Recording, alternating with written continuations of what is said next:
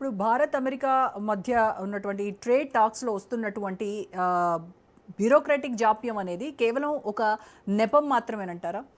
లేదు అంటే నిజంగానే ఒక domestic regulatory frame work and అంతర్జాతీయ వాణిజ్య నిబంధనల మధ్య ఉన్నటువంటి ఈ ఫండమెంటల్ మిస్ మ్యాచ్ ఏమైనా బయటపడిందని అనుకోవాలా? ఏమీ లేదు, అంతా సెటిల్ అయిపోయింది. ఒకే కారణానికి ఆగారని. ఆ కారణం ఏంటంటే మిగతా పక్క దేశాలతో ఇంకా అమెరికా అగ్రిమెంట్ పెట్టాలి కదా. యా, బంగ్లాదేశ్తో పెట్టాలి, నేపాల్తో పెట్టాలి, పాకిస్తాన్తో చేయాలి. ఆ దేశాలకి మనకి కొన్ని కామన్ గుడ్స్ ఉన్నాయి. Cotton goods, textiles most important, automobile parts. వాళ్ళ మీద ఎంత ట్యాక్స్ వేస్తారో మనకి కంపారిటివ్ అడ్వాంటేజ్ అన్నాడు మన కామర్స్ సెక్రటరీ, మీరు విన్నారో లేదు. కంపారిటివ్ అడ్వాంటేజ్ అంటే మనకేదో ఇచ్చారు, వాళ్ళకి ఇంకా బెటర్ టర్మ్స్ ఇస్తే మనంతా ఇది వేస్ట్ కదా. రీజనల్గా మనకి బంగ్లాదేశ్కి కాంపిటీషన్ ఎక్కడ ఉన్నది? టెక్స్టైల్ ఎక్స్పోర్ట్స్లో ఉన్నాయి. మనకి పాకిస్తాన్కి బియ్యం, బాస్మతి రైస్, టెక్స్టైల్స్లో ఉన్నాయి. సో వాళ్ళకి ఏమి ఇచ్చారో వరకు ఇచ్చి సంతకం పెట్టాం, వాళ్ళతో సెటిల్ అవ్వాలి. వాళ్ళతో సెటిల్ అవుతే అప్పుడు మనం కూడా సెటిల్ చేస్తాం. మనకి 15% ఇచ్చేయాలి, 12% ఇస్తే మనకి ఎంత ఇది 0 వినట్టే లెక్కే కదా. సో అది దాని గురించి ఆగుతున్నారు. డీటెయిల్స్ అన్నీ రెడీ అయిపోయినాయి, అంతా అయిపోయింది. ఆ ఒక్క పనికే కంపారిటివ్ అడ్వాంటేజ్ కోసం ఆగుతున్నారు. ఓకే, ఇప్పుడు రష్యా యుక్రెయిన్ యుద్ధం వంటి సంక్షోభ సమయంలో కూడా భారత్ తన ఎనర్జీ సెక్యూరిటీని కాపాడుకుంటూనే పశ్చిమ దేశాల ఒత్తిడిని చాలా సమర్థవంతంగా ఎదుర్కొంది. అంటే ఈ ప్రాగ్మాటిక్ రియలిజం భవిష్యత్తులో అమెరికా భారత్ మధ్య స్ట్రాటజిక్ అలైన్మెంట్ను ఏ విధంగా మారుస్తుంది అని అంటారు? అసలు అమెరికాతో ఇప్పుడు అలైన్మెంట్లో ఉన్నవాళ్ళు ఎవరు లేరు. ఓకే, డొనాల్డ్ ట్రంప్ చేసింది ఏంటంటే మొత్తం అలయన్సెస్ అన్నీ ఇరెగొట్టి సరిపోయి ఇంకేం లేవు, అలయన్సెస్ ఏం లేవు. ప్రపంచవ్యాప్తంగా ఉండే వందల అగ్రిమెంట్స్ ఉండే అమెరికాకి ఏం పనిచేయట్లేదు. నాటో లాంటి సంస్థ కూడా తెగిపోయింది. సో కొత్తగా ఏం వస్తుంది? వాళ్ళు ఇండిపెండెంట్గా పనిచేసుకుంటారా అమెరికా? ఇంకెవరు అక్కర్లేదా? లేకపోతే ఇష్యూ మీద వెళ్తారా? ఇంకా ఏం తేలలేదు. టోటల్ కేయాస్ ఉన్నాయి, ఎవరికి వాళ్ళే ఉన్నాయి. సో అమెరికాతో అలైన్మెంట్ ఆ తెల్లకాయటం మీద సంతకం పెట్టినంత ఉపయోగం కూడా లేదు. ఆ మాటకి నిలబట్టలేదు, వాళ్ళకి అక్కర్లేదు. వాళ్ళ పాలిటిక్స్, ఇంటర్నల్ పాలిటిక్స్ మీద వెళ్తున్నారు అని అందరినీ వదిలేశారు. చాలా వరకు చాలా ప్రమాదమైన పరిస్థితి అమెరికాకు ఫ్యూచర్లో ఉంటుంది. మిగతా సాలిడ్గా ఒక సంతకం పెట్టాము, అగ్రిమెంట్ ఉంటుంది అనుకునేది ఎవరు లేరు. అందువల్ల తప్పకుండా మనకి ఫ్యూచర్లో అమెరికాలో అంతా మాట్లాడుకుంటున్నాం, బాగానే ఉన్నది. మన అమెరికన్ ఫారెన్ మినిస్టర్ వచ్చి 4 రోజులు ఉన్నాడు, అంతా సరి చేశాడు. మన ఇబ్బందులన్నీ చెప్పాం. ప్రధానమంత్రి మోడీ గారు, ట్రంప్ గారు మాట్లాడుకున్నారు. మళ్ళీ మామూలే, కానీ ఆయనతో ఎలా ఉంటుంది, ఎంతవరకు వెళ్తుంది మనం చెప్పాలి. కరెక్ట్. సో ఇది రోజుకి చేసుకునే పని. ఈ అమెరికా సెనెట్ టారిఫ్ బిల్లులను సవరించడం అనేది కేవలం అమెరికా పొలిటికల్ క్యాలిక్యులస్గా మనం చూడాలంటారా? ఆ టైంలో రష్యాను లొంగేయటానికి తీసుకొచ్చింది. రష్యా ఆయిల్ దగ్గర కొనుక్కోలేదు అంతవరకు.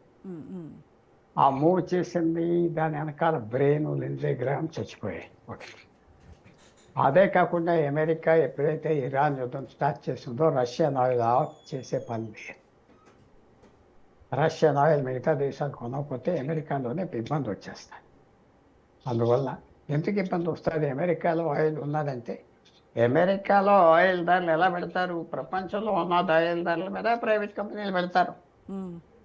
ప్రపంచంలో $100 బ్యారెల్కి అమ్ముకోవచ్చు అంటే అమెరికాలో $50 ఎందుకు అమ్ముకుంటారు? కరెక్ట్.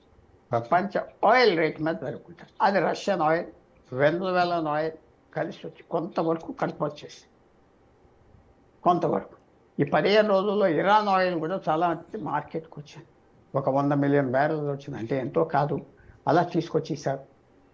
సో ఇదంతా ఆయిల్ ప్రైస్ కంట్రోల్ చేయడానికి డొనాల్డ్ ట్రంప్ ఏం చేయదు, ఏమి కొత్త ఫ్రంట్ ఓపెన్ చేయదు, కొత్త గొడవలు పెట్టుకోడు, మాటలతో ఆఫ్ చేస్తాడు. ఏదో అంటాడు, మళ్ళీ తగ్గిపోతాడు. ఎందుకంటే ఇరాన్ ప్రాబ్లం సెట్ అవ్వాలి. ఇరాన్ ఎక్కువ మింగేసిందా, మింగలేకపోతుందా, అది కరెక్ట్. ఇరాన్ ఒక రాంగ్ ఎస్టిమేట్ వేసింది అమెరికా, ఇలా విసికిస్తే వదిలేదు. అది కరెక్ట్ కాదు. కరెక్ట్ కాదు.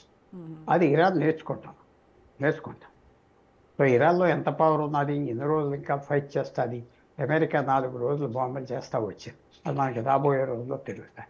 అలాంటి పరిస్థితి టైంలో ట్రంప్ ఎవరితోనో దెబ్బలాడ్డాం, అలా వదిలేస్తాడు. సార్ నాకు అనిపిస్తోంది మన ఇండియన్ ఐటీ అండ్ ఫార్మా రంగాలు అమెరికన్ ఆర్థిక వ్యవస్థపై ఎంత డీప్లీ ఎంబెడెడ్ అయ్యాయో ఇది ఏమైనా ప్రూవ్ చేస్తుందా అని కూడా అనిపిస్తోంది. ప్రూవ్ చేస్తుంది. వాళ్ళందరూ అడ్జస్ట్ అయిపోయారు.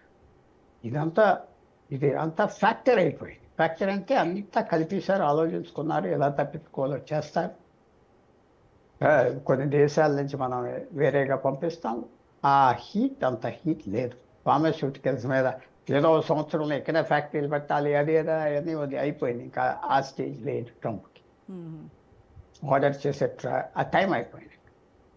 ఎక్కువ ఆర్డర్ చేయటం లేదు.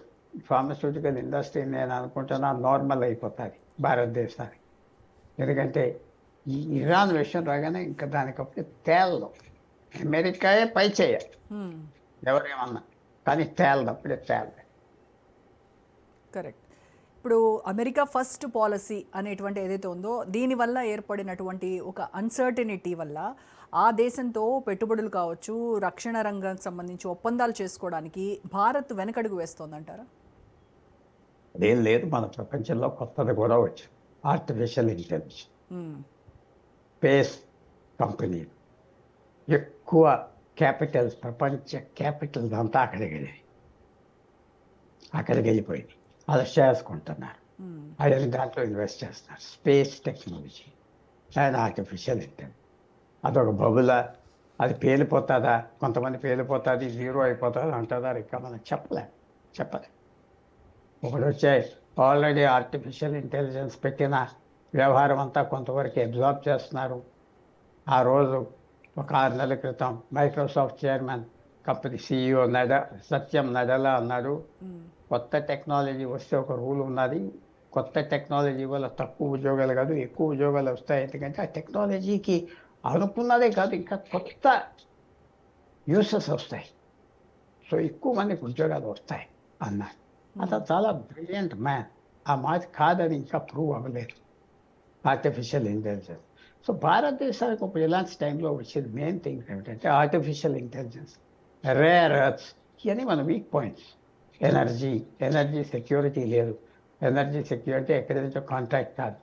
ఇవాళ ఇరాన్ ఏమన్నది, హార్మోజ్ జల్సంద్ నుంచే వెళ్ళే వాళ్ళు ఆఫ్ చేయడం కాదు, వాళ్ళ పైప్ లైన్స్ కూడా రెడ్ సీ ఇంకో చోట నుంచి లోడ్ చేస్తున్నారు, అది కూడా పగలగొట్టేస్తా ఉన్నారు.